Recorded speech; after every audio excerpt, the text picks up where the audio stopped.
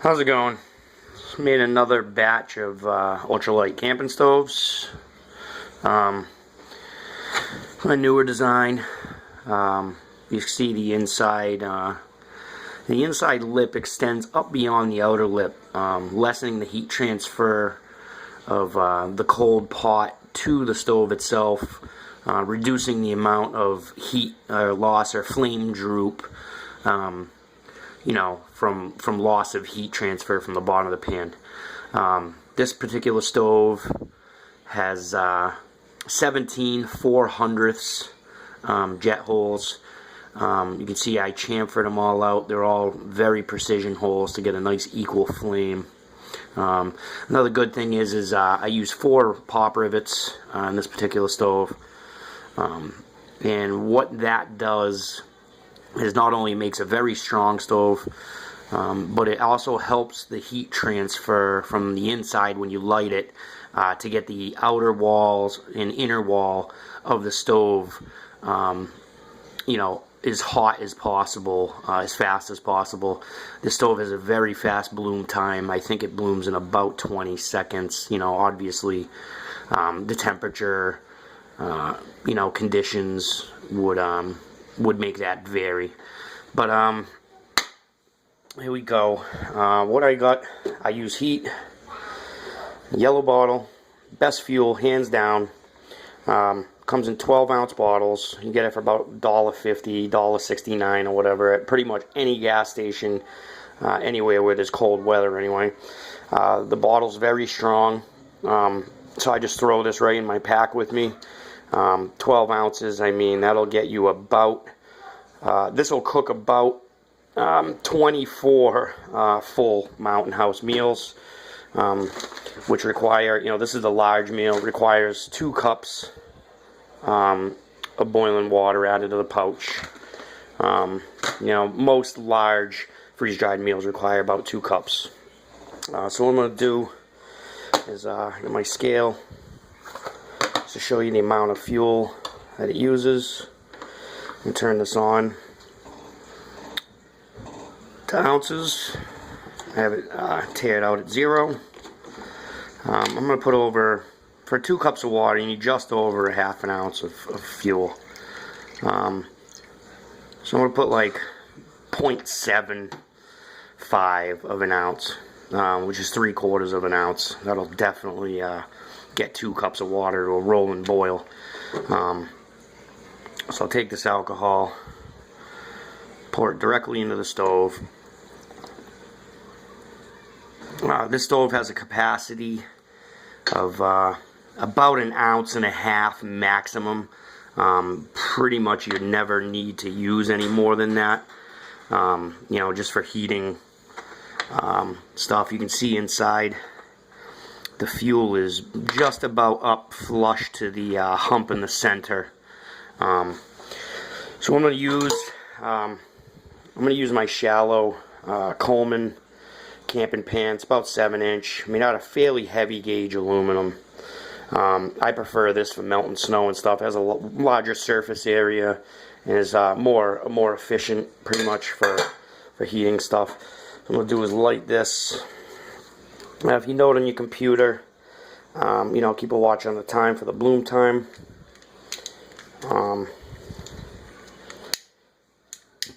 So I just lit it, and it's well lit. See, the rivets transfer the heat to the stove body itself faster than just having it smooth. Getting a pretty fast bloom time on it.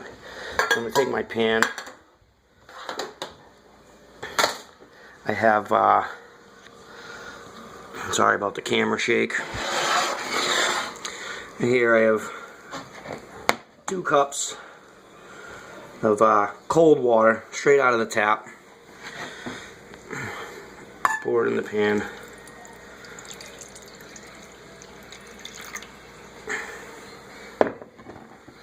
And there she goes. She just bloomed. The full bloom on there. And set the pot right on there. Those pots cold. Pretty cold water.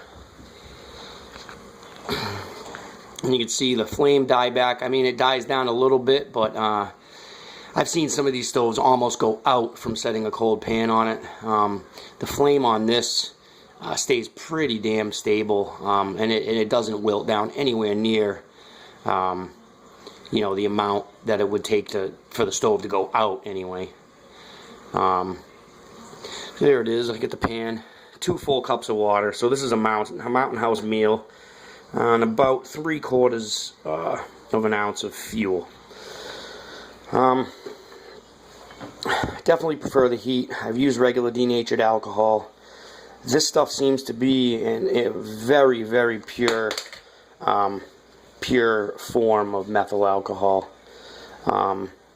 Denatured alcohol has more impurities in it, as far as I'm concerned, or from my past experience using it anyway.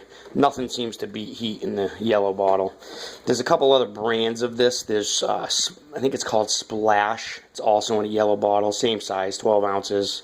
It's a little bit cheaper, and I can't really seem to tell the difference in the burn on it.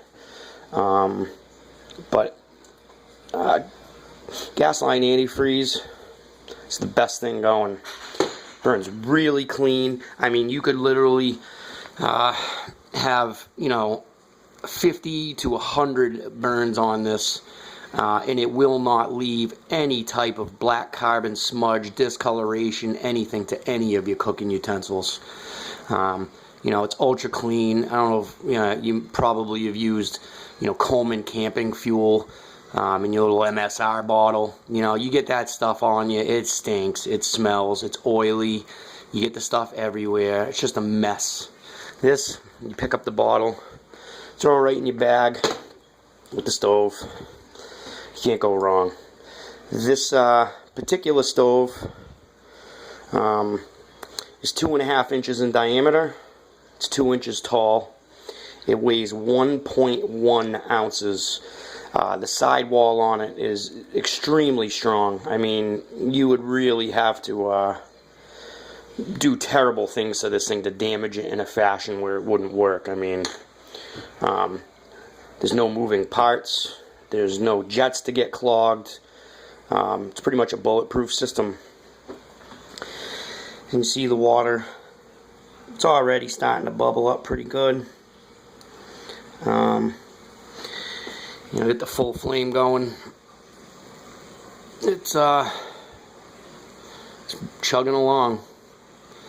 Like I said, no odors, no soot, no black smoke. Real clean. Up here in New England, as you can imagine, I lose power out here in the winter quite often. I've lost the power up to a week and a half up here.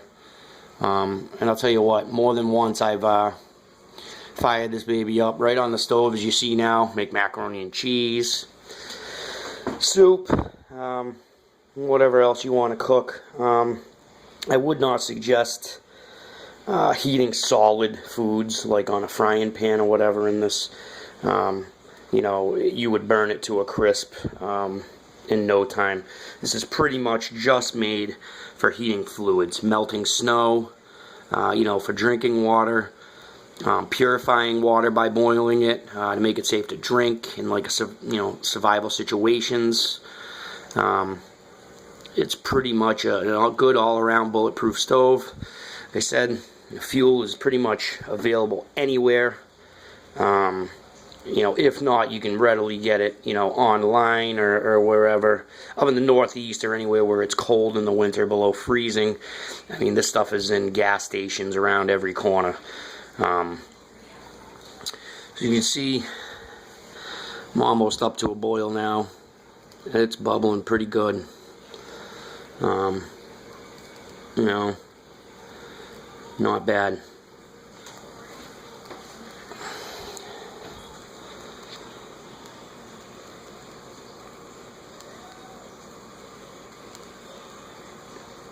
You got to be careful with these stoves outside in full sunlight.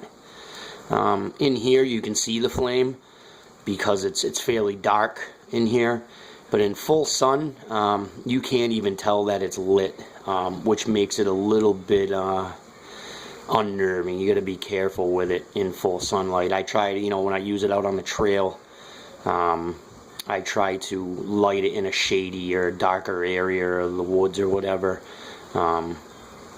just so I can kind of see the flame. You light it and you can't even tell that it's lit because the alcohol burns so clean. And another thing is this stove will not bloom properly if it's sitting directly on ice or snow. So like in a winter camping situation, I use like a piece of bark, the backside of a big piece of bark, or I put it on a rock, or I put it on, I build like a little thing out of twigs to set it on, so it's not in direct contact with the snow or ice itself. And you can see now it's dying down a little bit, and we're at a full boil, full rolling boil on that. So pretty good stove. I enjoy making them, and I have them on eBay time and time again when I get a chance to make a batch of them. So thanks for watching. Bye.